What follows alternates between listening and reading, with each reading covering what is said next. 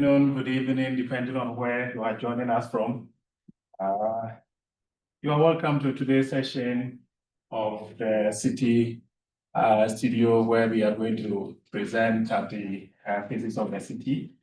And I would like to introduce the City Studio, which is a transformative center that interrogates issues around spatial justice, also around urban transformation. It looks at critical urban theory and community engaged design. So these are all starting issues which the City Studio looks at. And today, these are some of the issues that will be introduced. The session, which is titled Introducing the City Studio Through Critical Lenses, Spatial Justice, Precarity, Favelisation, and Disciplining the Periphery, invite us, all of us, to reflect on the forces shaping urban peripheries and how we might imagine otherwise or reimagine otherwise.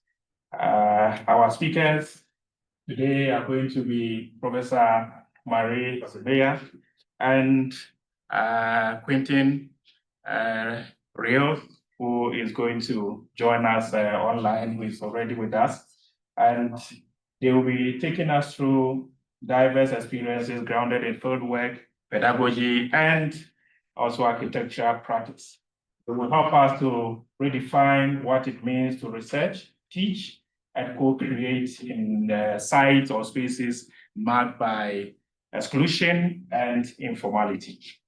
To most of you here, Professor Beya is not a new person to you, but for the sake of protocol, I would like to introduce her to all of us. Marie is a professor at the School of Architecture and Planning at Wits and currently the director of CUBES. She currently leads the Kelvin-Alexandra-Frankenwald City Studio. Marie is a housing specialist and has taught, researched, consulted, and published in these areas, mostly on urban informality, housing policy, the right to the city, and spatial justice. Her writing spans across South Africa, Brazil, Germany, and also Kenya and part of Africa. Quentin is a PhD candidate at the University of Lausanne, Switzerland, and now interning here at Wits CUBES, who is also taking part in the City Studio's activities.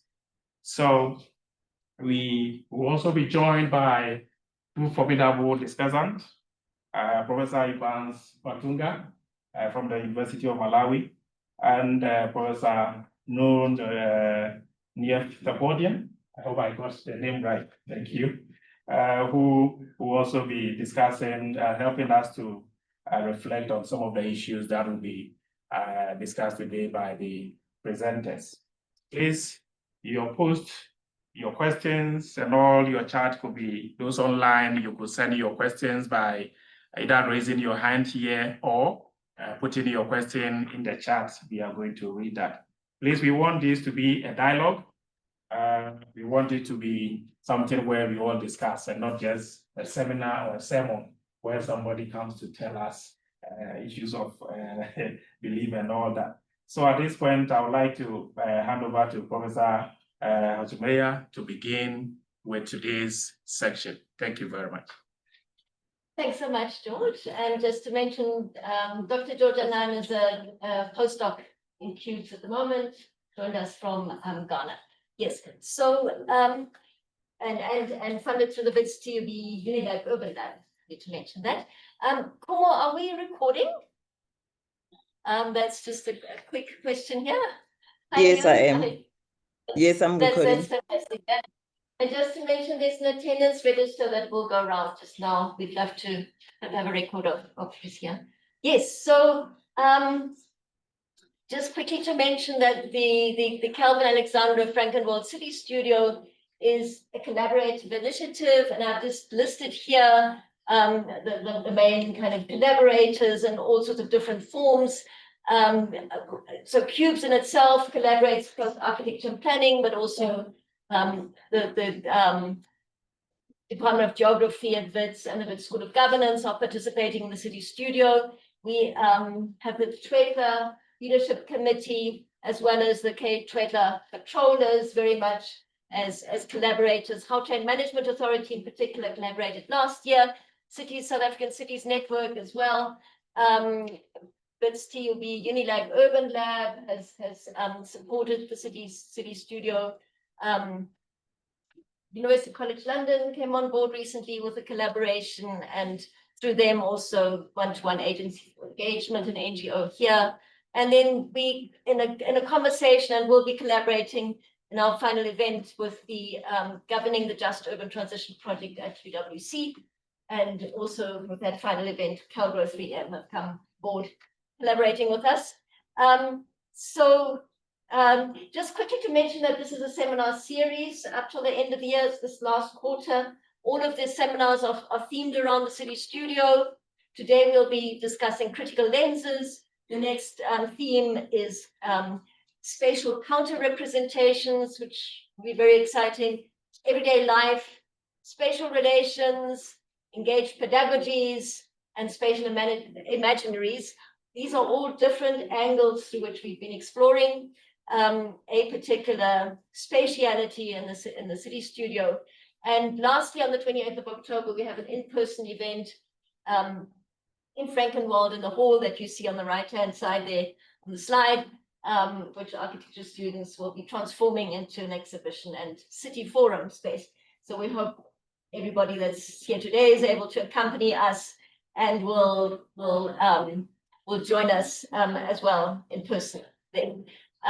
Yes, so very quickly to introduce the City Studio, and I'm using slides by Paul Devonish and Quentin Rihu, who've been thinking through the history of spatiality in the City Studio. The circle is the area we're focusing on, and this slide is from 1968, an analysis of the land uses and designations, and there you can see Alexandra already a buffer forming around it with industrial, a lot of green space still around it at that time.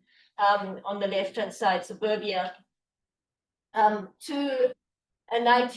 forward to 1986, where this spatiality, the spatialization of the unjust apartheid system plays itself out with this increasing buffer around Alexandra. And we see this then jumping forward into the 2001, where the Far East Bank, which is the green area to the east of Alexandra, the Far East Bank is already well occupied. And what one sees is a settlement that emerged soon after 1984. It emerged in 1986. And that is Twetla informal settlement, just on the northern corner of Alexandra. It was set up as a transit camp for Nisville at the time, later became called Twetla, a transit camp that basically became permanent and is still there today. It's grown. It basically sprung the buffer around Alex. And with that, and the occupation, the planned occupation of the Far East Bank meant Alexandra was beginning to interface directly with suburbia towards the north and orienting in that way. By 2025, jumping forward, we see all of the development kind of taking up all the space. Essentially, there is no more land to expand into that is available. There have been attempts to occupy other land. And what one is seeing is a verticalization now, as the pressure is intense on Alexandra, on Twetla, on the Far East Bank as well. It's an unstoppable construction process. What we see here is what we would then call the spatialization of the inherited injustice that is playing itself out. So here we have Frankenwald, Kelvin, a suburb of Sandton, Alexandra, and that is our Kelvin-Alexandra-Frankenwald City Studio. Within it, two areas that are very important in our work is the informal settlement called Twetla, and across the river Extension 7, which is a formal subsidized housing area, so-called RDP housing area, but rapidly also transforming. So with this, I will now introduce a variety of core research topics, or topics being explored by the core research team in the City Studio. The first being Quentin Rihu, who explores, oops, I can't even see my own screen here. Explores the urban projectification, which is a trend since the 1980s, invoking projects as habitual, legitimate, and performative responses to urban problems. Through this, Quentin's analysis is both of power and of the power of urban development projects and of their contestation. And he has a case study in Paris as well as here in Frankenwald, and his research fits very beautifully into the City Studio and forms an important part of the puzzle. He'll be speaking a little bit more about his part of his theoretical lens towards the end of the presentation. We've got Sarita Pillay Gonzalez from geography here at Wits, analyzing real estate using the concept of polymorphism of the state, inspired by Indian post-colonial state theory, and Gillian Hart's work on multiple trajectories of socio-spatial change. And her lens is also oriented to what happens north of Marlborough Drive, where the biggest real estate project in Johannesburg at the moment is unfolding, and that is Frankenwald Estate being developed as the Bangenveld District City development.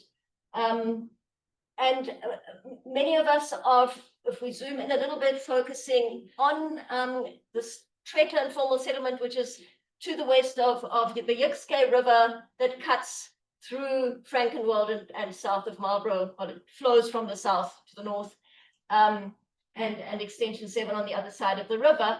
And we've got Paul Devonish, and that's just a slide. He'll be speaking in one of the seminars that's coming up, together with Quentin. But Paul investigates incremental boundary making as a driver of, and I'd also like to say incremental infrastructure formation.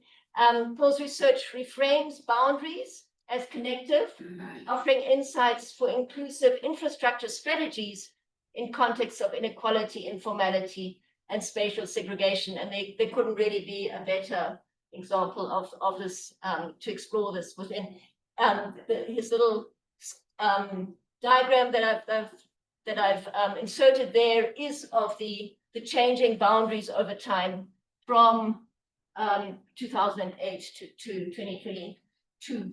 And one can see the sort of gradual renegotiation of boundaries in this informality. Next, we've got Paulo Moreira, the core postdoc on the City Studio project, who explores decolonial and participatory pedagogies through unlearning by doing, and this involves building these two safety shelters. Well, they don't really look like security shelters, but they're shelters used by the patrollers and were co-produced and co-designed and are actually very well received in the community. But more about that in one of the seminars as well. And then we've got Nomonde Gwebu, who explores, is also a colleague with us in architecture, explores design, making, and prototyping of the alternative low-income housing model that has emerged in Twetla. And here you can see on these images sort of a sense of what that involves. It's double-story units, as I'd already mentioned, the verticalization that is happening, that is unstoppable in this area. My own research seeks to understand neighborhood transformation and the future this holds within the socio-spatial inequality and exclusion of this area. And in fact, this image is taken from a 3-story unit in the middle of Twetla. So this is really the kind of dynamic we're seeing happening there. This is just a slide to acknowledge that we've got 20 postgraduate students this year focusing their research on a variety of topics here in the City Studio, from gender topics to issues of land tenure, to issues of infrastructure, and a variety of very exciting topics. And those will be exhibited on the 28th of October. Students will be speaking to their posters there. And just also to mention, Tatenda Sonono is a PhD student who really brought us almost to this area by having started his PhD before the City Studio and focusing on what the blue dots, which are different temporary location areas within the fabric of Tshwetla or associated with Tshwetla, because people were moved from Tshwetla to these areas and they fall under the same leadership. And a fascinating study evolving there around the everyday life and its implications for policy. So basically, in all of this area, what we're seeing a lot of is consolidation, but we're also seeing real precarity. And this little salon called Small Santon Salon is kind of a sign of the consciousness of socio-spatial exclusion, and the making sense of that in Tshwetla. And that really takes us then to the critical lenses through which to make sense of this reality. And this is going to be a discussion. We're going to put forward a few that we are exploring. It's not all of them. Some of this core team have a chance within this seminar program to speak more directly to their lenses as well. So the lenses we're going to discuss today are favelisation, social production and social reproduction, precarity, and planning as a disciplinary, planning as disciplining the periphery. So starting then with favelisation, which is really a provocative concept, and it speaks to four different. This is my review of the Brazilian literature. The term favelisation used in four different ways. One is the expansion and intensification of this of land occupation and yes, the intensification of that. The misrepresentation and the stigma associated with it. Also the massive consolidation, which is evident in some of these images I put here, and linked to that coercive governance. And so favelisation is by no means something we can romanticize, and it is more of a warning. If we apply the term to South Africa, it evokes some of the bigger dynamics we have to be aware of in terms of what is happening. So turning then first of all to the expansion and intensification that's represented through the term. Yes, so the formation of favelas is something that's referred to in the term favelisation. So favelisation of the city, and this is a quote from UN Habitat. In fact, they refer to favelisation of the city throughout the 20th century. One of the Brazilian analysts talks about favelisation through the 2022 census figures, revealing a doubling of the number of favelas in Brazil in the period between 2010 and 2022. Those censuses from sorry, I jumped here. Oh, that's right. From 6,000 to 12,000 favelas, and in fact, from 6 million people to 16.4 million people living in favelas. In South Africa, the 2024 Human Settlement White Paper, which is now a bit of a reference point because it's quite recent, refers to the continuous advent of informal settlements, but it also uses a more dehumanizing and stigmatizing term, rapid sprouting and mushrooming. Talks about 492 informal settlements having formed from across South Africa from 2021 to 2024, with a total of 4,000 informal settlements in the country. So Duarte uses the term favelisation also to capture the socioeconomic disparity that underpins the necessity of favelas in Brazil. And he writes that the uninterrupted and alleviated production of social inequality and segregation, with the exponential growth in urban poverty and socio-spatial segregation as the inevitable result of the brutal concentration of income taken by the leading class. So that speaks to inequality.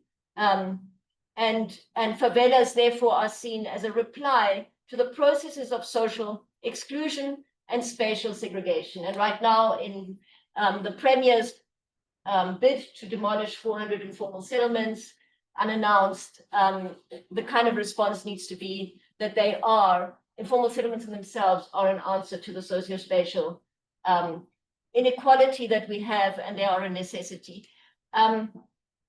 Brazilian society has associated the term favela also with a variety of dynamics, and we now get to the discussion around misrepresentation and stigma. So a very interesting article was looking at the lyrics in Brazilian popular music and how they represented favelas. One, in the 1930s, the association was to drumbeat and samba. In the 1960s, it was with communism, and also in the 1990s, but the association was the conflict between occupation and property. And if this study had taken their analysis further, probably the 2000s and onwards, a strong association would have been crime and violence. The term favelisation also reemerges in the literature on how art, design, and film and fashion stereotype and misappropriate favelas as the signifiers of Brazilianness for consumption, largely by non-Brazilians. And this has fueled international fascination with favelas. One kind of could draw a parallel to Cape Town, where colorful shanty towns against the brilliant white dunes. Dune sand is often featured on postcards and even on coffee table books. A widespread and long-standing social stereotype of favela inhabitants is that of being uncultured, families having their origin in rural areas and therefore uncultured. In Rio de Janeiro, it's often associated with African ancestry. And also in that stereotyping is the homogenization of a highly varied condition. The dominant association is very negative and also connotes the absence of order. And here Duarte argues, for instance, that the utopia of an ordered, developed, or first world city with management models of cities of capitalist centrality commonly aspired to in Brazil, are that utopia is frustrated by the process of favelisation. And there certainly are elements of that in South Africa and in the English discourse around formality and informality. And that a lot of literature has already taken that forward. So then turning to consolidation. So unlike the corrugated iron shacks on Cape Town's dunes, what has rendered the term favela iconic in Brazil are the densely packed, stilted and cantilevered brick and concrete structures covering steep slopes. And favelas has started consolidating already in the 1980s with wooden structures turning into brick and mortar or brick and concrete dwellings, incrementally expanding vertically. In South Africa, the media has just begun to pick up the emerging trend of consolidation in informal settlements. One could say we perhaps now, where Brazil was in the 80s, if there could be a parallel of that nature. There are other authors that suggest that densification through investment in rental stock is particularly relevant in favelas that have previously benefited from upgrading. And there is a question of whether they should even still be termed favelas, given that there have been service, there's been land regularization, but they still are termed favelas. And on the left, there are images here. They could be called matured favelas, but the end state has not been reached in them. And these so-called favelas are rapidly transforming through a new phenomenon. Jamal argues that whereas the boundaries of favelas until recently formed a barrier or limit for the expansion of the specifically capitalist production of real estate, this is no longer the case. So real estate is expanding into favelas, and closely packed rental apartments with up to 7 floors, and we're seeing something in the images over there, are being constructed and mitigated through armed groups. And this really brings us to the last aspect of favelisation, which is coercive governance. So Brazil has a long history of grassroots social mobilization, but also of less benign extra-legal formations, including militia. And these are armed groups, usually comprising large numbers of off-duty or former members of the local security forces, especially military police, operating in several criminal markets. Some of these oppose drug trafficking and consumption in the vigilante approach, drug consumption in the vigilante approach, and have fused with local and international, but have also, others have fused with local and international drug trafficking activities. So it's both. That's happening there. And their abilities at coercive brokerage with state institutions sets them apart from the previous way in which favelas were governed, which is through drug trafficking gangs, whose association with favelas and violence arose already in the 1980s. An important dimension of favelas in the 1980s was the social organization, largely through the Catholic-based communities that emerged already in the 1970s with the political approach of autonomy and self-management. A parallel in the late apartheid South Africa was the formation of civic movements across townships and informal settlements, and in Trevangwani's recent book, committees, which are still a legacy of that, setting that set apart from the only really sustained and growing social movement in South Africa of shack dwellers being Abashlali, Basenjandoro. But what happened in Brazil's process of democratization is that this coincided also with a dramatic transformation and transnational organization of crime, which primarily affected metropolitan regions, and within them the popular neighborhoods and favelas. And ultimately what happened is that gangs put candidates forward in elections and neighborhood associations and gained control over favelas in this way. And the consequence really is that favelas became feared or associated with violence and danger, and through clientelist relations, gangs could establish themselves as a parallel system of control, offering services and security in return for loyalty. Jamal notes that from the situation of control by drug trafficking gangs, the emergence and strengthening of militia in Rio in particular, and Rio's favelas in particular, was nothing but exceptional. So all of this was enabled by the loss of legitimacy of the state among inhabitants of favelas, in which the state had violently intervened to dispute drug trafficking, but that violence in itself reduced the legitimacy of the state. And the state's militarized pacification program in favelas undermined residents' associations and opened the space for militia group. And what one sees then, and it's written about a lot in the Brazilian literature, is the militarization of everyday life.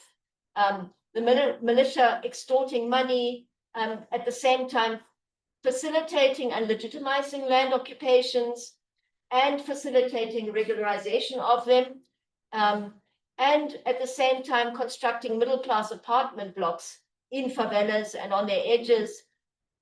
And a third element of it is the local management of the federal government's housing program, Minha Casa Minha Vida, and which is their equivalent of our subsidized housing program. But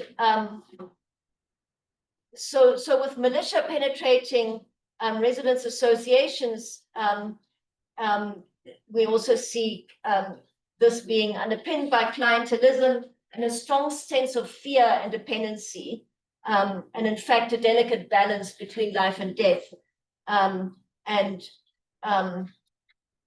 obedience being fueled by this through the militia's exercise of power, and in essence, the fear of being killed, or the fear of being ruled by the drug trafficking gangs that preceded the militia, which is not something anyone in the favelas aspires back to. So Transparency International's investigation into extortion networks in Cape Town is quite a sobering wake-up call for South Africa. That report writes about extortion across construction, transport, township and informal enterprises and inner city clubs, and warns that this is a rapidly worsening problem throughout South Africa and far more serious than perhaps realized. So this involves extortion from basic service delivery to townships and subsidized housing projects. And this has implications for the situation in unsanctioned neighborhoods, informal settlements. So that report also states that in areas where the state presence is weak or absence, or where the state does not have the confidence of the community or the legitimacy, extortion practices are able to flourish and expand. Yes, so on that somewhat depressing note, I turn to social production and social reproduction as critical lenses. So social production and the social production of habitat, social reproduction and the social production mainly of habitat and practices of care are all of them as lenses emphasize social relations of the everyday to surface what is overlooked and suppressed in terms of realities, but also potentials. Social production of habitat understands housing solutions as processes embedded in social relations and forming and collectives, and elevates the legitimacy. It elevates legitimacy over technical legality, and that's an important way of dealing with what we call informality. And a quote here from Romero is that social production came into use as an advocacy lens among the pragmatic and particularly participatory left in Latin America in the 1980s to counter two positions. One was the modernist and subsequent neoliberal dominance in housing policies and programs, and the other, the rigid structural approaches of the socialist left. The left at the time had difficulties in comprehending the complexity and the potentials of self-produced processes. So turning then to social reproduction, this concept brings the life-sustaining practices of everyday, including housing, in relation to capitalist production and accumulation. It includes the mental, manual, and emotional forms of work involved in providing care that is necessary to maintain and reproduce life. So recent studies have emphasized the social reproduction, emphasize that social reproduction is variegated or uneven across scales, locations, and jurisdictions, and in dynamics and formations and practices, so different formations, different practices. And historicity and spatiality are relevant in understanding these variations, and that's in the City Studio why it's so important that we understand the history of how that space came to be, and the spatial relations. With reference to racial discrimination and inequality, Bennett et al. Refer to cities as landscapes of stratified reproduction. Care is a concrete practice, and as a concrete practice and as an ethic, also is a lens that we look to, and we'll speak about it a bit in the seminar that deals with everyday practices. But recent papers have sought to apply care to urban settings, and that's of relevance to the City Studio. Okay, I then briefly turn to precarity before Quentin wraps up with the concept of the discipline in the periphery. So inequality and precarity are twinned phenomena in the sense that they rise in tandem. Precarity is associated with the failure of the state and its human rights obligations, and therefore with injustice. Glaser and et al. Put it that the causality between inequality and injustice runs in both directions. Inequality and precarity both exist within a dualism. They're opposite poles on a spectrum being equality and security. But there are also representations of contrast between, they are also representations of the contrast between the well-off and the impoverished. And they can only be explained through the dynamics that drive these contrasts. Thank you. So studies of so just to mention that neoliberalism is implicated in the generation of both precarity and inequality. And studies of inequality provide a quantified lens, whereas the study of precarity is interested in the lived reality of those adversely affected by inequality, bringing into focus the particular condition and dynamic. Precarity is directly associated with uncertainty, and in Munoz's words, the lived uncertainty. And one of the authors, Walsh, here cites Bourdieu in referring to precarity as a mode of life lived under the sign of the provisional. And that really makes the notion of precarity directly relevant to unauthorized or informal living arrangements, or what in town planning terms is referred as informal settlements. However, the concept of precarity rose in the first instance to express labor uncertainties resulting from the processes of informalization under neoliberalism.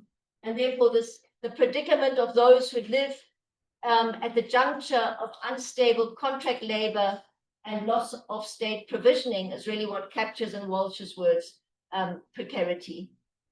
Precarious work forms a direct part of the lived precarity, and that expresses itself in unauthorized, insecure, and low-income housing.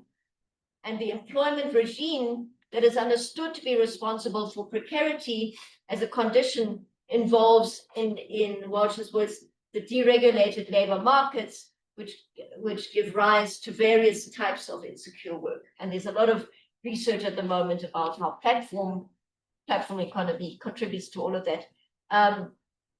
Phillips and Petrova associate precarity with the formation, for instance, through infrastructure, of an individualized liberal subjectivity, in essence, a subordination to neoliberal governmentality. And they argue that the outcomes are not predetermined. They associate precarity also with struggle, insurgency, and resistance, itself uneven. And precarity, therefore, needs to be understood as dynamic. And the dynamic nature of precarity as a process, donating temporalities, such as those associated with informality, urban-rural dynamics, and migration and state interventions. That's according to Lau. And really precarity, therefore, is important in making sense of Twitter, and some of our master students are using this as a frame, and not our masters and honors students. Yes. So with that, I'm handing over to Quentin to speak to the last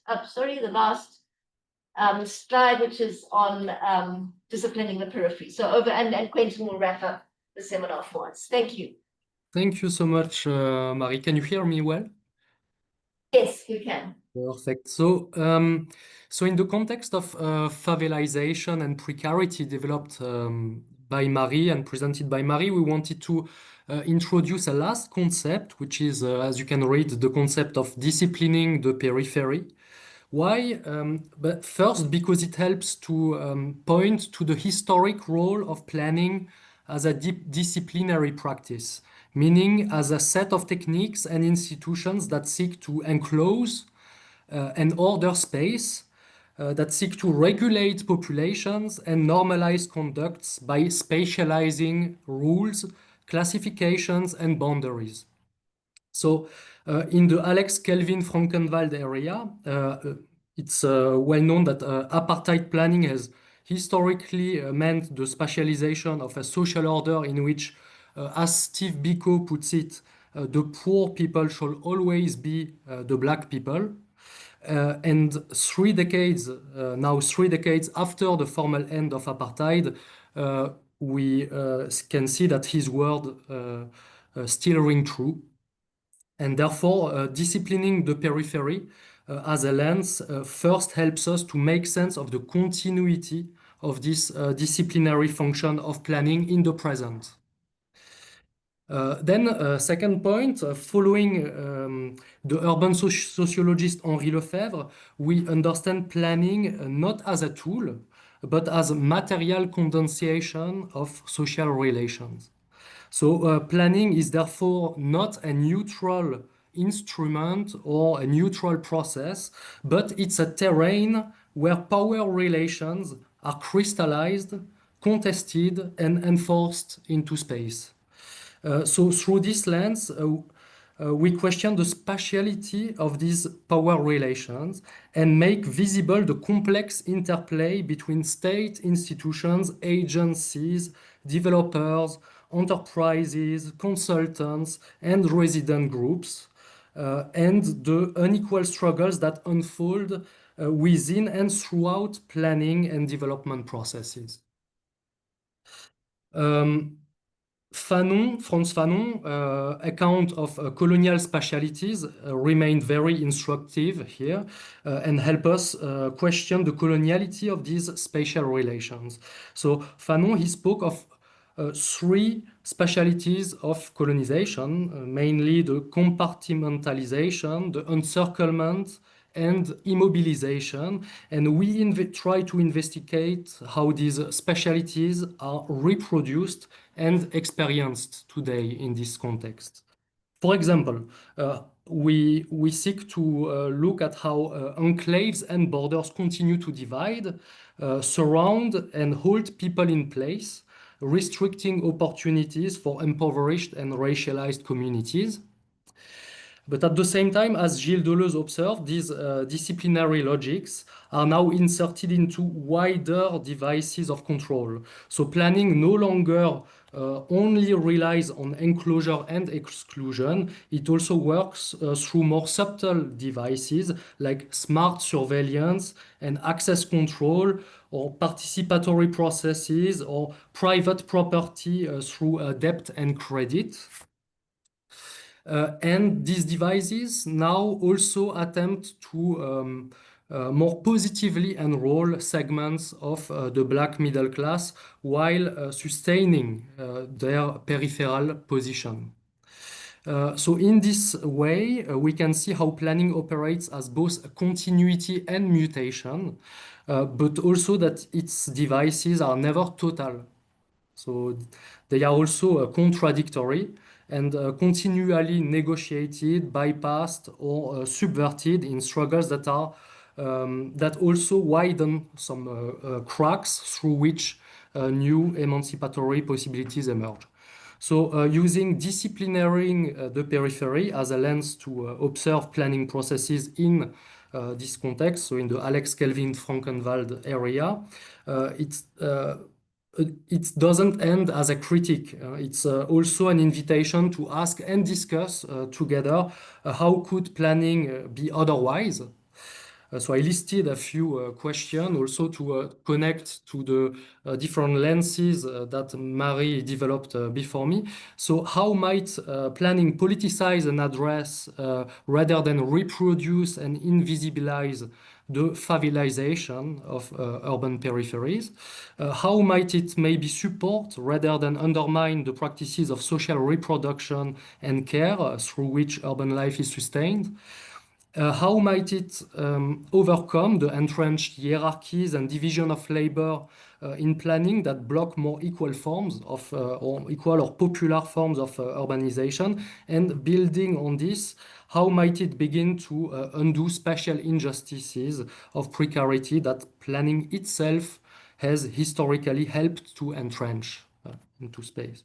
So how might it confront unequal land ownership and take seriously the question of land redistribution as well as a condition of spatial justice? Thank you so much.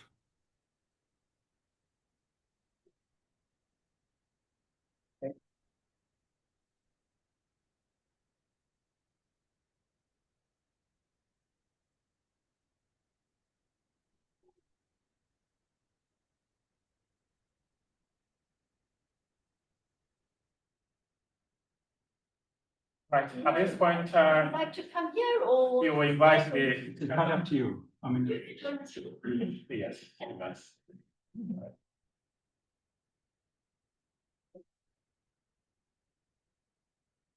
Right, so I think that you will invite the discussants to they each have 5 minutes to give their initial comment.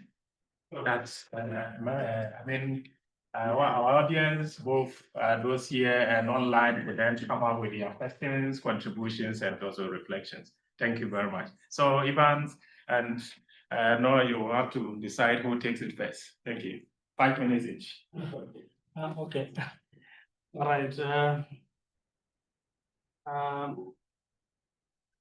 Once again, thank you so much, colleagues, for inviting me and to take part in this our conversation. It was always exciting to be here, and especially engaging matters that border within the critical studies and the critical urban studies.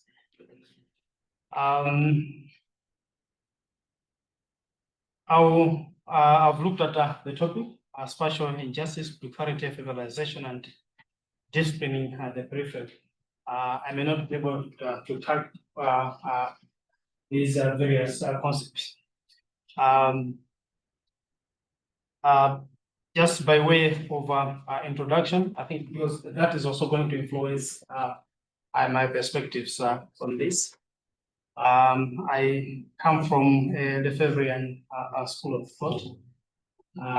If it is a school of thought, that is. So my quick reactions, which could be, which can also guide us as we are thinking about these issues. First would be, I think, the fact that the presentations have covered some of the, probably most of the issues that I wanted to raise. The first one being the fact that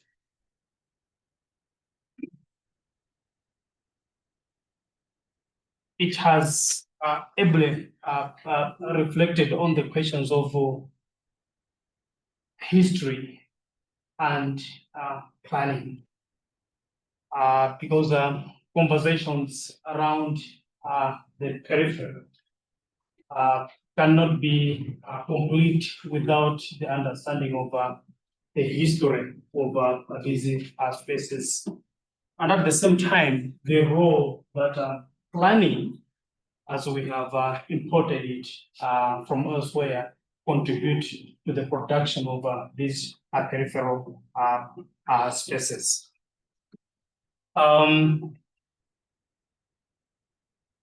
Secondly, I want also to mention the fact that going through this conversation, we might also be reflecting on the issue of the centrality, because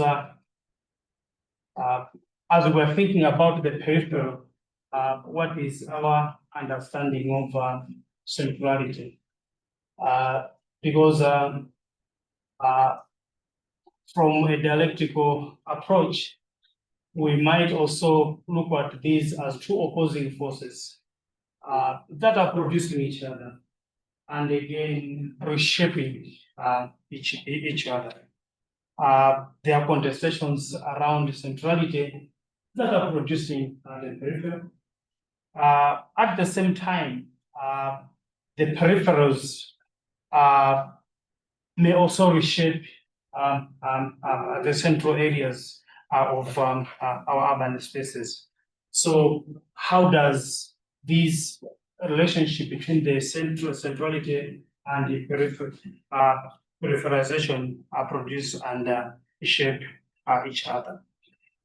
As you're reflecting on the issue of planning, I think Marie has already alluded to the fact that both geography, looking at the case of Alexandra, the geography or the horizontal development within the context of history have also produced a spatial dynamic, which is also leading to what is understood as the verticalization of urban development.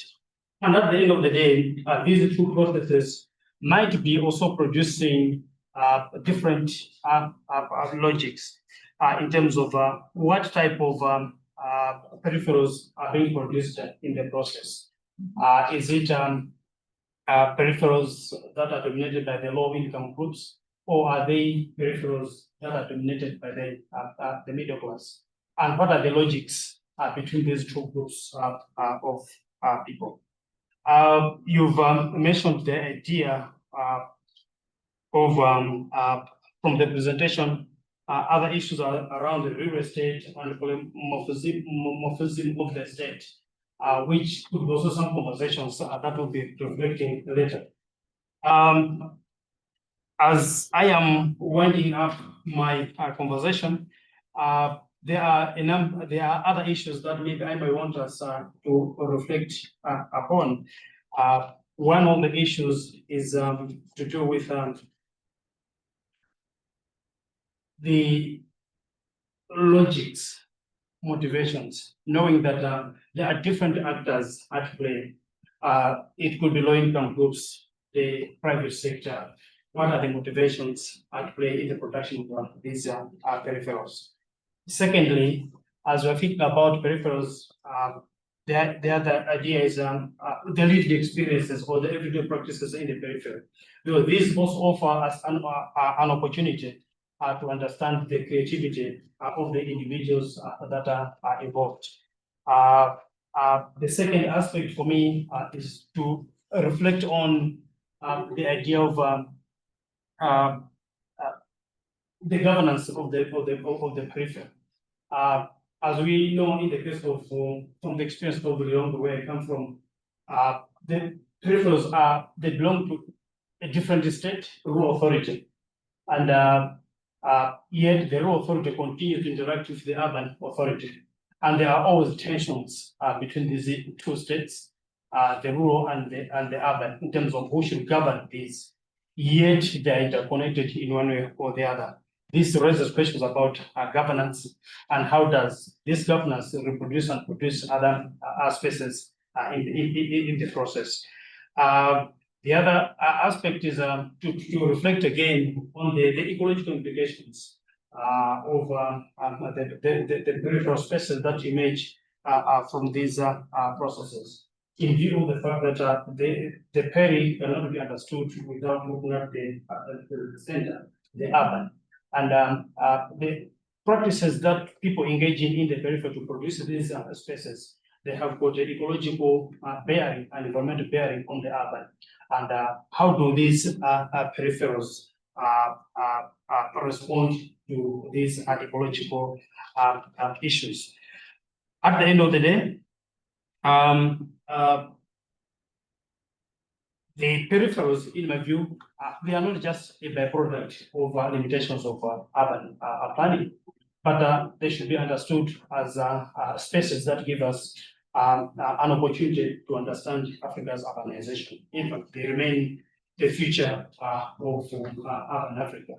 And in the understanding these peripherals, I think we should be reflecting on the not how they can conform to the urban areas, but understanding the creative practices that emerge in these spaces, which should help us to understand how urban Africa is being shaped and is reshaping itself. Thank you. Yeah, great, thanks. Just want to make sure you can be seen. Oh, I see. The chance to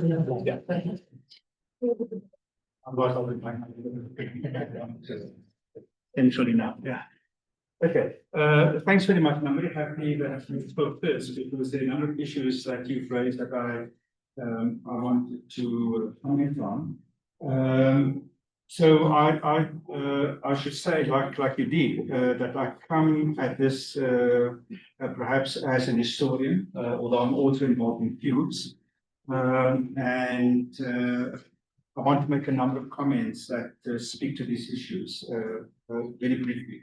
I see this, as I understand it, as an invitation to kind of contribute to the studio thinking around the kinds of questions that animate the research, both of the senior scholars as well as of students.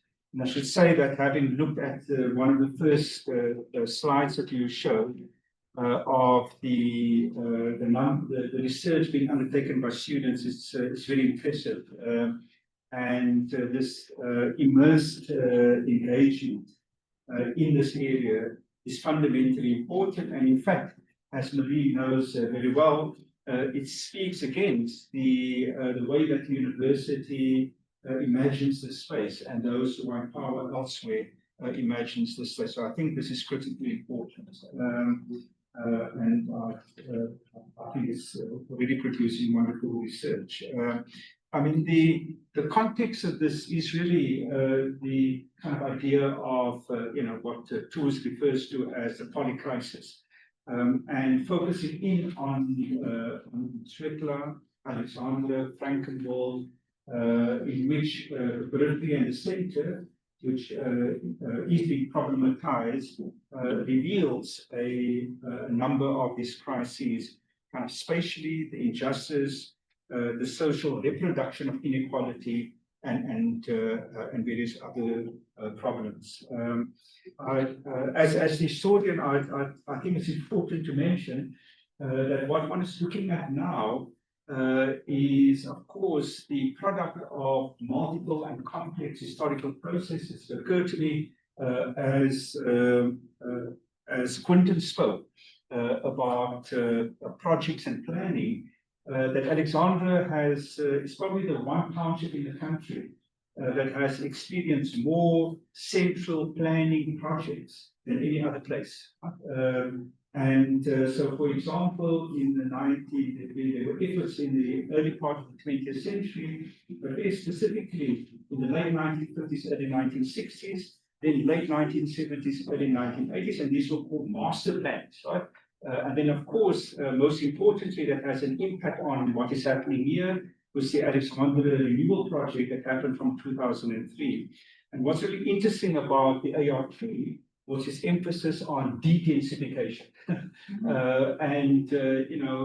Hundreds of millions, I think the original budget was 1.3 billion, was spent on trying to effect an idea of de-densification. And what you are examining here and using the theoretical lens of favelisation is in fact the opposite that's happening. It's kind of a consolidation, densification, the vertical development, and that is quite unusual in terms of informal settlements. Which brings me to an important, I suppose, question, because even though you referred to the colorful shack settlements on the white dunes in Cape Town, this seems to me to be quite peculiar. And I wonder to what extent the experience of Soweto and maybe other parts of Alex more particularly are in fact distinctive about this area. For a host of historical reasons, but also because of spatial location, and that is that it is bounded. You know, when you said in your introductory remarks, there's very little room for horizontal expansion, at least in this kind of orderly development of areas. But we have also seen in the history of South Africa that when there appears to be little room for horizontal expansion, people take charge, you know, they occupy spaces. But I wonder whether the current context does not make this area distinctive, and whether the concept of favelisation is perhaps not most appropriate for this area, and whether it applies elsewhere. I'm making these points very quickly. I really do want to comment on the point, Evan, that you raised about the articulation between the periphery and the center. And again, this is very interesting about Alex, because you know, for a long time, until at least the late 1950s, Alexandra was seen as being principally on the periphery of Johannesburg, away from Johannesburg. But the people who lived there, even though they were property owners, were seen to be outside of the city. And as waves of immigrants and migrants came in as a site of temporary living. And what one is seeing here is, in fact, the assertion of permanence. And this vertical development seems to me to be an expression of the assertion of permanence in the area. But at the same time, Alex was also always regarded as being on the periphery, not part of the center. And yet, it was always part of the center in many, many ways. It was part of the center in that the labor from Alexandra built or contributed to the building of first Johannesburg and then the surrounding suburbs. And therefore, I think that one needs to continuously, even if these terms, the periphery and the center, have useful kind of analytical purposes, I think it is also equally important to kind of think of how the periphery and the center articulate. And so the chair showed me a finger, which meant I can have 1 minute and maybe 2 minutes. And the one that I want to suggest is the following. And that is the idea of the favelas as the stigmas, the criminalization of activity, of people, of governance, etc. And I would suggest that one way of thinking of this articulation is kind of the entanglements of criminality. Because, you know, part of the issue that one has with the idea of the favela as being the center, the focus of criminalization, is that it does not give sufficient attention to the criminal activities in the center. So in Sandton, right, in Frankenwald, etc., there is as much criminal activity happening of a different sort. And what one needs to see is how they are entangled. That allows one to, to see how this is articulated. So just 2 quick points. Okay, I was very happy that throughout your presentations you didn't use the word resilience. Okay, because I despise the term resilience. I'm very happy that it wasn't used in describing, especially when it dealt with social production and reproduction. So if we can discard of the idea of resilience, I think that our analyses will be much richer. And then kind of final point on social reproduction. I think it's really interesting to try and get a sense of who's living there now. Okay, because one way of thinking of social reproduction is in terms of class terms. You know, we are the middle classes. is one seeing a class differentiation that is a reproduction of the old class, layering that existed in Alice? Or is it the case that the middle classes are moving out of Alice? So who are we talking about when we talk about social reproduction? Who's taking, and of course, a gender lens in that case would be fundamentally important. I have a few other points, but I'll stop because the chair is jumping around. Then you get over to you. Yeah, thank you. Thank you very much. At this point, I open the floor, or no, I'm not opening anything. I'm giving the opportunity for everyone to give a comment, ask a question, or whatever it is you are allowed at this point. So, over to all of us. If nobody has a question, it means we didn't listen, or we were not interested. So we must prove that we listened and we were interested. Good. Yes, please, your name and, okay. First, let me go online and then I come in house. Thank you. Well, please go ahead. Is that for me? Yes, it is for you. Thank you very much. Well, first, let me lower my hand. Thank you very much, colleagues.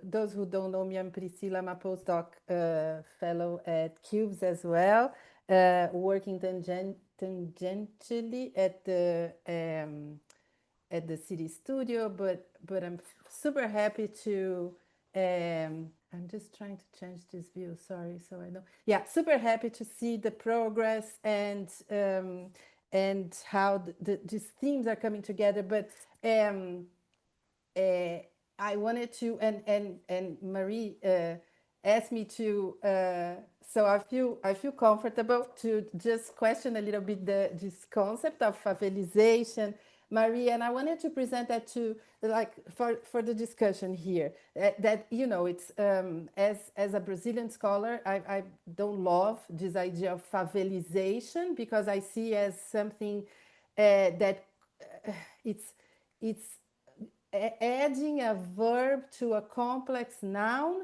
and so I think it adds complication to these multiple overlapping processes that you're seeing, that one can see in the favelas in Brazil, but then sort of like extending that to South Africa. But as I was listening to your presentation, Maria, I think that one thinks of like favelas in Brazil, and thinking about the formation of favelas in Brazil, if you're going to go back to the term, is this relation between the country's history of slavery and how, so the favelas were formed during slavery, but mostly with the abolition of slavery in quotes, because of course the Black movement here will say that slavery hasn't been abolished yet, but then how the country didn't address the exploitation of the Black people and privatize access to land, privatize property, together with abolishing slavery. And so favela, so if one will think of that will think of that word, that what would come to mind, let's say. And so I would push then for that process to be thought of in the South African context. What is it that led to the formation of what we call, because we also say informal settlements, and we are all uncomfortable talking about informal settlements because it's also a mix. It doesn't explain the complexity of the territories that we are talking about. But again, so what is it that explains the expansion of these extremely marginalized and destituted territories, such as the area in the City Studio, in the richest province of the African continent? Like, what's the word that describes that? That's what I would push to think about. And then sorry, I know I'm not a discussant, but anyway, just to like illustrate this confusion, I think that why would it be worth to do this exercise is to also, in dialogue with other countries in the global south or other regions in the global south, for example, there is a lack of clarity of the difference between informal settlements and townships in South Africa for somebody looking from the outside. So I think this exercise also of clarifying these terms would be beneficial to the dialogue between South Africa and other regions in the global south too. But otherwise, it's like super exciting to see the progress and congratulations, and also to Quentin. No, sorry, I have one final comment. I also think that in this process of investigating these words that best describe what's going on, one can also see the insurgencies and the cracks in a way that's not, we also have to, like we are describing all of this depressing reality, and then we're going to have to try to find some silver lining. I think that in this process of discovery that you are doing in the City Studio as well, but in this process of discovery, the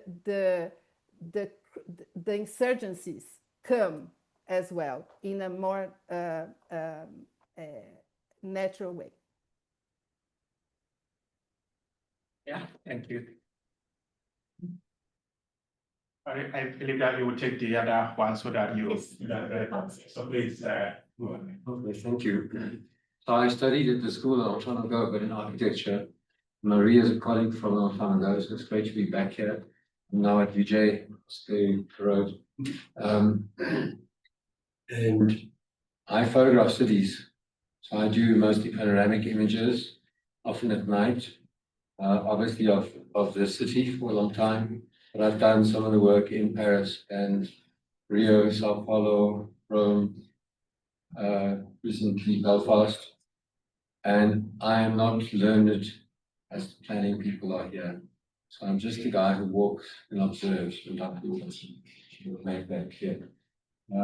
But I think there's certain patterns that I've noticed that for me is really interesting. Is when I photographed in Rio and Sao Paulo, and I did actually work with the School of Architecture who was doing work in a homeless hotel that was re-inhabited, was there was a great sense of the communities were supported by systems and not working against each other. There was a sense of cooperation. And I found that quite different from our situation where people are often not working together very well. So these are just observations from a person who's walking and not. And then also, what was interesting, I photographed in an inner city in Paris at night. I walked for 3 or 4 days and then I executed on the last night. So I started at midnight when the train stopped, I walked until 5 in the morning when the sun comes up. I did the same in Rome. And it was very interesting who occupied and slept in the cities informally at night. And what you have to be very careful who you photograph in terms of ethics and how you use long exposures to deal with that. But it was also interesting that when I did get information, it was often people who came from places that were colonized by the country, like Albania in Rome or South Sudan in Paris. So again, they're just observations as a person from outside, but I found Paris much harder on informal residents than, say, Rome. So it's really just talking about soft boundaries of how authorities and how cities deal with informality. That's it. Great to be here, and sorry, I'm just the walker, not the academic in this room. Yeah, thank you very much. Thank you. So, Marie, and our discussant, do we have? No, I'm saying Quentin will also respond. Oh, okay, all right. So, Quentin, you are also with us. So I just wanted to say thanks, Leon, and we're looking forward to you being part of the next seminar with some nice photographs that were taken in the Twendler area. The full part of it was occupied, so that'd be fascinating. And thanks for sharing that. even the link to Paris, which I think at Quentin will resonate, I think. And yes, Priscilla, thanks so much. And I think I've been taking notes, and all of this is provoking us to think further. And the history, my thesis way back in the late 90s tried to understand the parallels in the production, what produced informal settlements here, what we call informal settlements in favelas in Brazil, and I need to go back and mind that work a bit differently. And yes, this sort of I think even now today Brazilian scholarship deals differently with slavery than it did maybe 50 years ago. Yeah. So yeah, thanks so much. And I think I'll hand over to so of course I'm also here responding to Noor and Evance. And again, I think it's really nice having a kind of a discussion that thinks these ideas further and gives us this sort of questioning. I think also questioning the concept of centrality as being only associated with center of the city, as opposed to the centralities that exist in a vibrant place like Twetla, where things happen and where at least it's experienced as centrality in the Lefebvrean sense.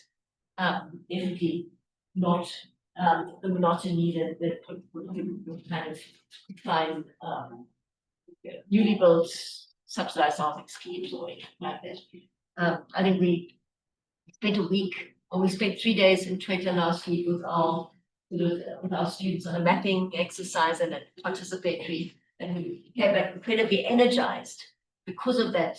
There is an element of centrality there that just shouts out its own existence, kind of that calls out for legitimacy, although it's all labeled illegal and kind of, yeah.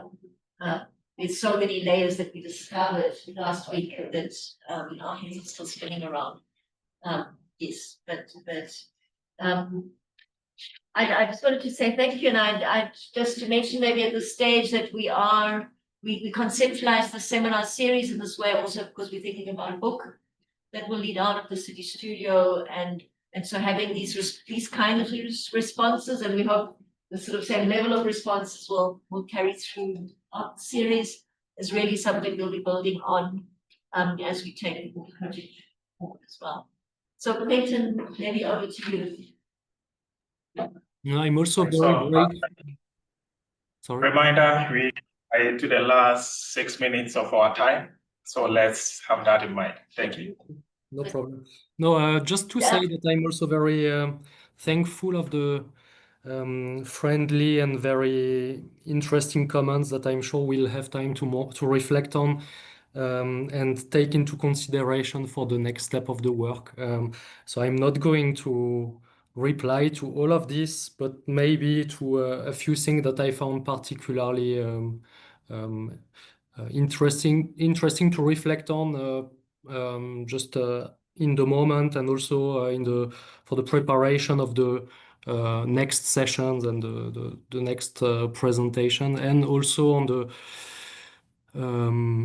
some things that I found curious, some links that I found curious. So the first one there were two comments on the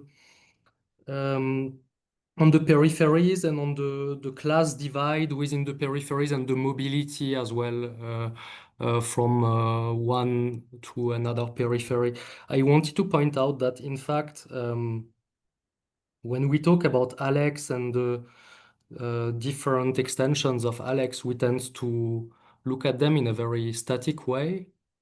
But if we look at the historic processes of urbanization in the area, we see that since the 80s, the idea behind the different urban plans, the master plans, the urban development project, has always been to categorize the population of Alex into different groups.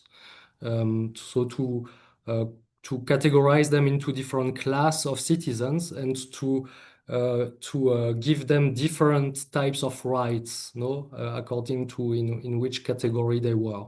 So the people that we see now still living in Alex, so in the former border of Alex, they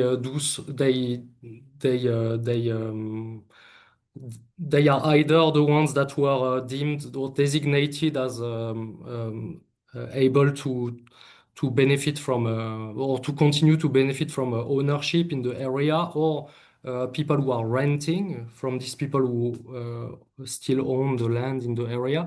And in the different extension, it's the same phenomena where the population has been divided between people who were deemed to receive some land as to be redistributed, so in the Far East Bank, and the council felt at the time in the 80s was designated as responsible for the poor.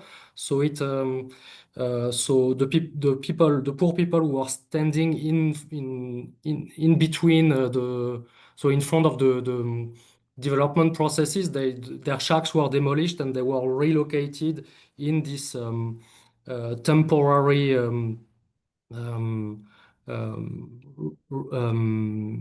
how do you call them again, Marie? Sorry. TRAs, yes, exactly. That kind of launched the informal development of the area. So to link also to Priscilla's comment, the long process of abolition or formal end of apartheid, combined with the privatization of land in the area here, clearly led to the development of informal development of the area as well. So it's an interesting link to Brazil, and it's a process that is linked to a counter-insurrectional strategy of the state that sits on the idea that to control better the population, you have to divide the population into different social group, social classes. And you can see that now in the different areas in and surrounded Alex. So that has been also implemented into space. George, Quentin, we've got a question from Fauna. It's actually to myself. Should I quickly read it? Yes. To me, Fauna says, that which is Black, rural, African, etc. is stigmatized consciously and unconsciously. Marie, how can policymakers, planners, and architects work towards removing the stigmatization? And to Evance, from a Lefebvrean perspective, how can we overcome this stigmatization? Say whatever you like. Thanks. Yes, so I think that the last seminar in the series is trying to think about spatial imaginaries and thinking forward, and Quentin already pointed to his work also ultimately leading towards thinking about how planning could be doing things differently. And I think this whole idea of addressing stigmatization is an important one it's an important challenge for planning to respond to, or to the thinking about alternative planning to be responding to. So I'll say that for now, and we've got a little bit of thinking to do between now and then. But I mean, these are concerns. I drafted something for the media. I don't know if they're going to publish it, which is on how in all the draft informal settlement strategies, policies, and the land use management scheme draft amendment that is on the table at the moment, there is this attempt to differentially treat informal settlements between those that are legitimate and those are not, with the attempt of having a cutoff date. So on the day that the policy is approved, the informal settlement policy approved, any subsequent informal settlement will be treated with law enforcement. All the informal settlements will be treated with regularization of some sort, unless they have foreign nationals, undocumented and whatnot. But and I tried to make the point that was a strategy practice at the height of apartheid, and for it to come out of the toolbox again now, it's quite sinister. The only hope we have is that apartheid crumbled soon after, and this contributed to its crumbling, and whatever one can think about that in terms of our future, I don't know. But yes, sorry, that's the side. All right, thank you so much, Apana. I think in short, for me, peripheral spaces reflect users' spaces. These are the spaces that have been produced according to the desires of the residents according to those particular spaces. Therefore, they need to be understood as that. My view is that planners, pedagogy and planning should not look at these spaces as illegal as they are referred to, but as spaces that are creatively developed and produced appropriately to reflect people's desires. And that should also help us understand again the disciplining component of the peripheral. To say the peripheral spaces should also help us understand that it is not just a reflection of the weakness of the state, but rather these are spaces that should help us to interrogate what stateless means in the case of the global south, where issues of collaboration, issues of working with the grassroots to produce these spaces should be at the core of understanding the peripheral spaces, as opposed to thinking of the state as this discrete mechanism of regulating urban spaces. Yeah, thank you. Please let's clap for him. Yes, I know we will have requested for an extra period to go around, but looking at our time, I think we have the notification there already. I will give both the presenters and the discussants 60 seconds each to give us their final thoughts this session. Thank you. So Marie, Quentin, and then our discussant will end that session. 60 seconds each. Thanks. All I want to say is I'm immensely looking forward to this seminar series unfolding and this experiment we're doing on Frankenwald on the developers, hosted by the developers there, where we'll have a city forum, which I think can really, and it's walkable distance for the community to attend, and it can become quite an exciting place to take conversations forward. So I'm really looking forward to the future seminars, the next few ones, and to all of your engagement in the same way. So I hope we can sustain the momentum. Thanks. And thanks very much for coming on board as a commentators and giving us these provocations. And Quentin? 10 seconds. No, thank you so much. I don't have anything to add. Thank you. I hope to see you all again for the next seminars in the coming weeks.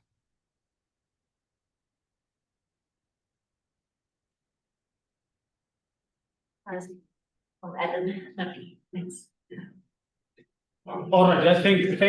thank you so much. My closing remark is to say that peripheral spaces, they come at the right time. This is an opportune time to engage with peripheral spaces. This is the space where urbanization is being witnessed. And indeed, we are experiencing what could be understood as complete urbanization of society. And the thing is timing. And I look forward to more engagements on this thing. Thank you. Great, thanks. Johannesburg is going to be 140 years old next year. And it's a very young city. And I think this research and the place where it's happening is ideal for thinking both about the past, the present problems that we have, and what we may need in the future. All right, so for this juncture, I would like to thank our presenters and discussants. I thank all of you here and those online. You have done so well joining us throughout the 1.5 hours. You've done so well. If I listen carefully, this time we delve into several themes during this short time, and I put down the symbolic and material disciplining of the urban periphery, the fragility and creativity of precariousness upon in urban life, and the role of urban design, power relations. So many themes come out of this. As a city studio keeps its activities, we are all reminded to continuously research collaboratively. We reimagine the city as a place for everyone and try as much as possible. I don't think a lot of you here enjoy cartoons, but I enjoy watching Alice in Wonderland and Lewis Carroll's work, where Alice put a question, where do I go from here? Or where do we go from here? Usually we ask. And the Cheshire cat answered, it's a great deal depends on where you want to go. So if you don't know where you want to go, I think every direction becomes your point of view. And so as we live here, I think for studio and all of us here, the question is that with all set here, where do we go from here? I think that we can do better than what we have now, and that is why the City Studio probably is doing this. So hopefully, as we try our best, we will meet next time, and we invite all of you to join us as we look at spatial counter-representations, harnessing photography, local voice, and photogrammetry.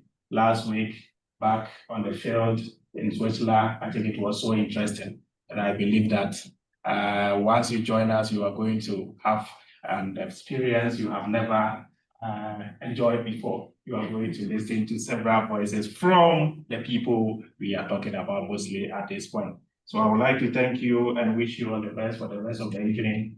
And I will say home. And those of you online, we thank you once again for your time. Take